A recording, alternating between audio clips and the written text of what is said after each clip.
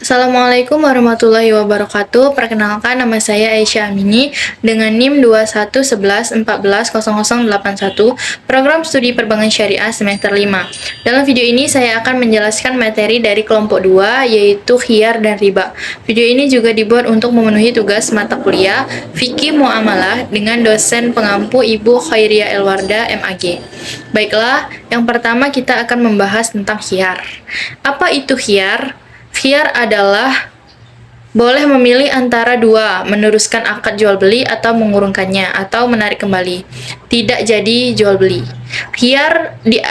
Diadakan khiyar oleh syara agar kedua orang yang jual beli dapat memikirkan kemaslahatan masing-masing yang lebih jauh, supaya tidak terjadi penyesalan di kemudian hari lantaran merasa tertipu.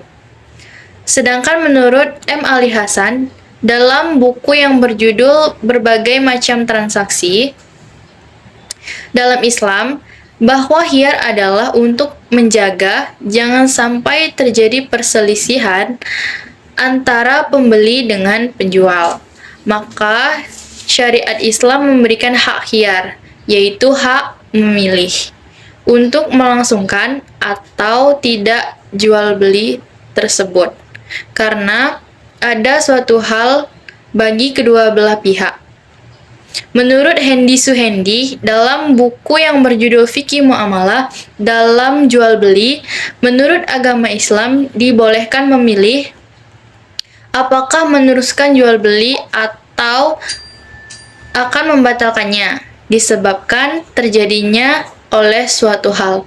Dalam pengertian-pengertian tersebut dapat disimpulkan bahwasannya khiyar adalah suatu hukum dalam Islam yang membolehkan memilih dalam jual beli agar tidak ada perselisihan maupun penyesalan setelah membeli barang tersebut, dikarenakan barang yang tidak cocok atau barang yang tidak serasi dengan pembeli.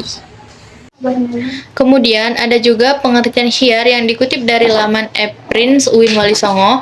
Adanya khiyar sebagai bentuk jaminan kebebasan berpikir bagi pembeli dan penjual yang memerlukan khiyar. Kendati demikian, bisa pula salah satu pihak menentukan khiyarnya sendiri. Khiyar akan menjadi sah dengan adanya ikrar dari kedua pihak yang bertransaksi, atau dari salah satu pihak lalu diterima pihak lainnya atau keduanya, atau kedua pihak sama-sama menghendaki. Selanjutnya yaitu hukum khiyar. Sebagaimana dilansir dari buku fikih kelas 9 Kemenak 2020, hukum khiyar adalah mubah untuk penjual dan pembeli. Bagi pembeli dan penjual, khiyar bermanfaat untuk memikirkan baik buruknya transaksi sehingga masing-masing pihak tidak mengalami penyesalan di kemudian hari jika ada masalah pada transaksi. Selanjutnya yaitu macam-macam khiyar. Khiyar memiliki 4 macam bentuk, yaitu yang pertama, khiyar majelis.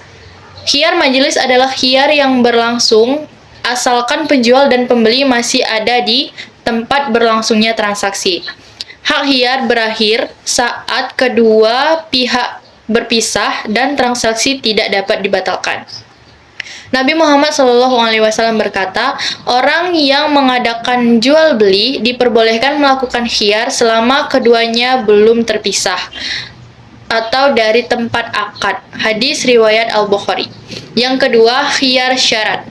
Khiyar syarat adalah hak yang dimiliki penjual, pembeli, atau keduanya untuk melanjutkan maupun membatalkan transaksi selama dalam masa tenggang yang disetujui bersama. Khiyar syarat berlaku 3 hari dan transaksi tidak bisa dibatalkan jika sudah melewati masa tersebut. Lalu, khiyar tidak bisa diwariskan dan masa tenggangnya perlu dilakukan secara cermat. Yang ketiga, khiyar aibi. Khiyar aibi adalah khiyar untuk pembeli yang memiliki hak memilih untuk membatalkan atau meneruskan transaksi jika terdapat kecacatan pada barang yang dibeli. Adanya cacat bisa mengurangi nilai atau manfaat barang tersebut. Misalnya, kecacatan pada hal yang penting, cacat yang sulit hilang, atau cacat tersebut sudah ada sejak di tangan penjual. Selanjutnya yaitu khiyar ru'yah. Khiyar ru'yah adalah hak pembeli dalam membatalkan atau meneruskan transaksi jual beli yang disebabkan objek transaksi belum nampak saat akad dilakukan. Pada khiyar ini, pembeli belum dapat meneliti barang yang dibelinya. Nabi Muhammad bersabda, siapa saja yang membeli sesuatu yang belum dilihatnya, maka ia berhak khiyar apabila telah melihatnya. Hadis riwayat At-Tirmizi. Hikmah khiyar. Khiyar memiliki manfaat yang dapat dipetik dari orang-orang yang terlibat jual beli. Hikmah yang dapat diperoleh yaitu menghindari terjadinya penyesalan pada penjual atau pembeli, dan atau salah satunya menghindari penipuan pada jual beli, mendidik penjual dan pembeli berhati-hati, cermat dan teliti saat bertransaksi, menguatkan sikap rela di antara penjual dan pembeli, menumbuhkan toleransi pada kedua belah pihak. Nah, inilah hikmah khiyar yang membuat sisi ridho di antara para pihak-pihak yang bertransaksi dapat terwujud. Tapi khiyar tidak boleh dijadikan sarana untuk menipu atau berdusta. Jika sampai disalahgunakan, maka hukumnya haram. Sementara itu, khiyar memiliki dasar hukum sebagaimana sabda Nabi Muhammad, engkau berhak khiyar dalam tiap-tiap barang yang engkau beli selama 3 malam. Jika engkau suka, maka ambillah, dan jika tidak suka, maka kembalikanlah pada pemiliknya. Hadis riwayat Ibnu Majah.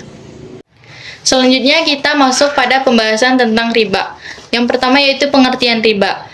Riba yaitu suatu ketentuan nilai tambahan dengan melebihkan jumlah uang pinjaman ketika dilakukan pelunasan.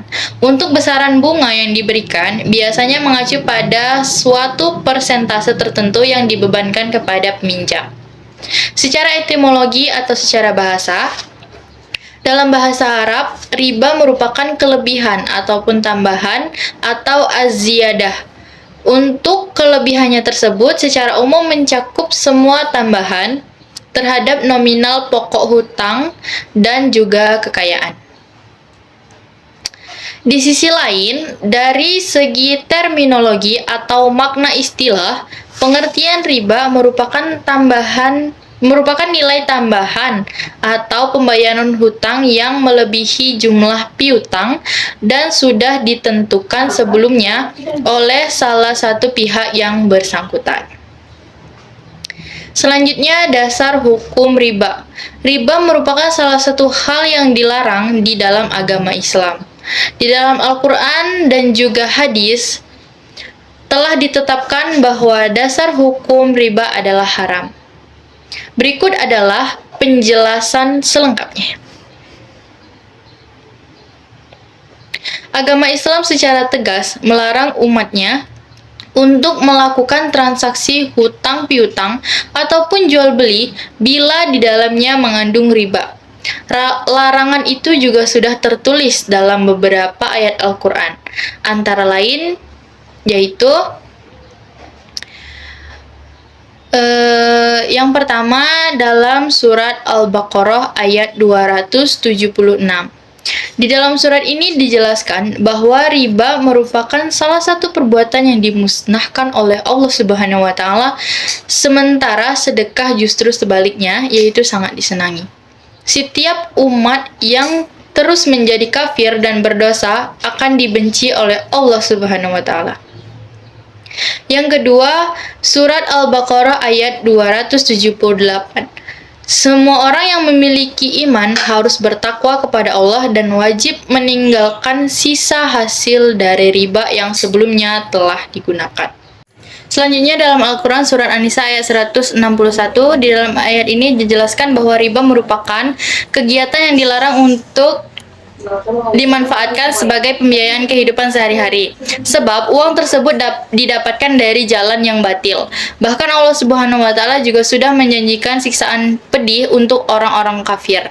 Selanjutnya yaitu macam-macam riba. Macam-macam riba di dalam proses perdagangan yang sesuai dengan syariat Islam, riba dibagi menjadi 5 jenis. yaitu riba fadl, riba yad, riba nasi'ah, riba qard, dan riba jahiliyah. Berikut merupakan penjelasan lengkapnya. Yang pertama yaitu riba fadl. Riba merupakan kegiatan transaksi jual beli ataupun pertukaran benda atau barang yang nantinya akan menghasilkan riba, tetapi dengan jumlah atau berbeda. Contohnya, dari riba jenis ini ada pertukaran uang Rp100.000 dengan pecahan Rp2.000, namun jumlah totalnya hanya 48 lembar saja, sehingga nominal uang yang diberikan hanya Rp96.000 saja. Untuk contoh lainnya, yaitu pertukaran emas 24 karat menjadi 18 karat saja. Selanjutnya yaitu riba yad. Untuk riba jenis ini dijelaskan bahwa riba tersebut adalah hasil transaksi jual beli dan pertukaran barang yang nantinya akan menghasilkan riba ataupun non-ribawi. Akan tetapi, waktu penerimaan serah terima kedua barang akan mengalami penundaan. Contoh dari riba jenis ini di dalam kehidupan sehari-hari adalah penjualan motor akan dihargai dengan Rp12 juta bila dibayar secara tunai. Sementara jika pembeli akan membayar motor tersebut secara kredit, maka akan dihargai senilai Rp15 juta. Baik pembeli ataupun penjual tidak akan menetapkan berapa jumlah nominal yang harus dibayar sampai transaksi selesai. Selanjutnya riba nasi'ah. Riba ini merupakan kelebihan yang diperoleh dari proses transaksi jual beli dengan jangka waktu tertentu. Biasanya transaksi tersebut menggunakan dua jenis barang yang serupa. Akan tetapi nantinya ada waktu penangguhan dalam pembayarannya. Contoh dari riba nasi'ah adalah penukaran emas 24 karat yang dilakukan oleh dua belah pihak yang berbeda.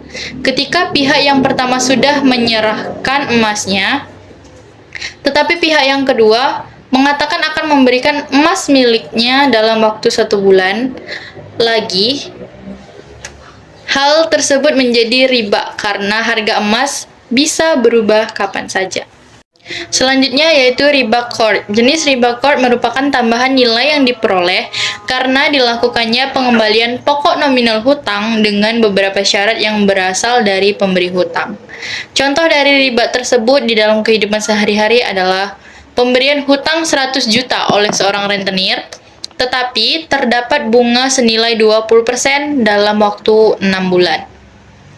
Selanjutnya yaitu riba jahiliyah. Riba jahiliyah merupakan tambahan ataupun kelebihan jumlah nominal pelunasan hutang yang akan melebihi pokok jumlah pinjaman. Umumnya, hal tersebut terjadi karena peminjam tidak bisa membayarnya sesuai waktu yang telah disepakati. Adapun contoh dari jenis riba ini adalah proses transaksi peminjaman uang senilai 20 juta dengan ketentuan waktu pengembalian yaitu 6 bulan. Apabila tidak membayarkan secara tepat waktu, maka akan ada nominal tambahan dari total pinjaman. Selanjutnya yaitu cara menghindari riba. Riba merupakan perbuatan yang harus dan wajib kita hindari dalam kehidupan sehari-hari, terlebih untuk umat muslim. Berikut ini adalah beberapa cara untuk bisa kamu lakukan untuk membantu mencegah perbuatan riba. Yang pertama, mengetahui tentang bahaya dari perbuatan riba. Yang kedua, di dalam Al-Quran Surat An-Nisa ayat 161 dijelaskan mengenai riba, bahwasanya Allah Subhanahu wa Ta'ala akan memberikan ganjaran yang serupa, yang berupa siksaan amat pedih kepada orang-orang yang memakan hasil riba. Sebab uang tersebut didapatkan dengan cara yang batil. Selanjutnya, memindahkan tabungan kamu ke bank syariah yang tidak menghasilkan riba. Lalu, bersyukur atas rezeki yang kita dapatkan. Memindahkan tabungan ataupun kredit ke bank syariah yang sudah mendapatkan fatwa Dewan Syariah Nasional atau DSN bisa menjadi salah satu cara untuk menghindari riba.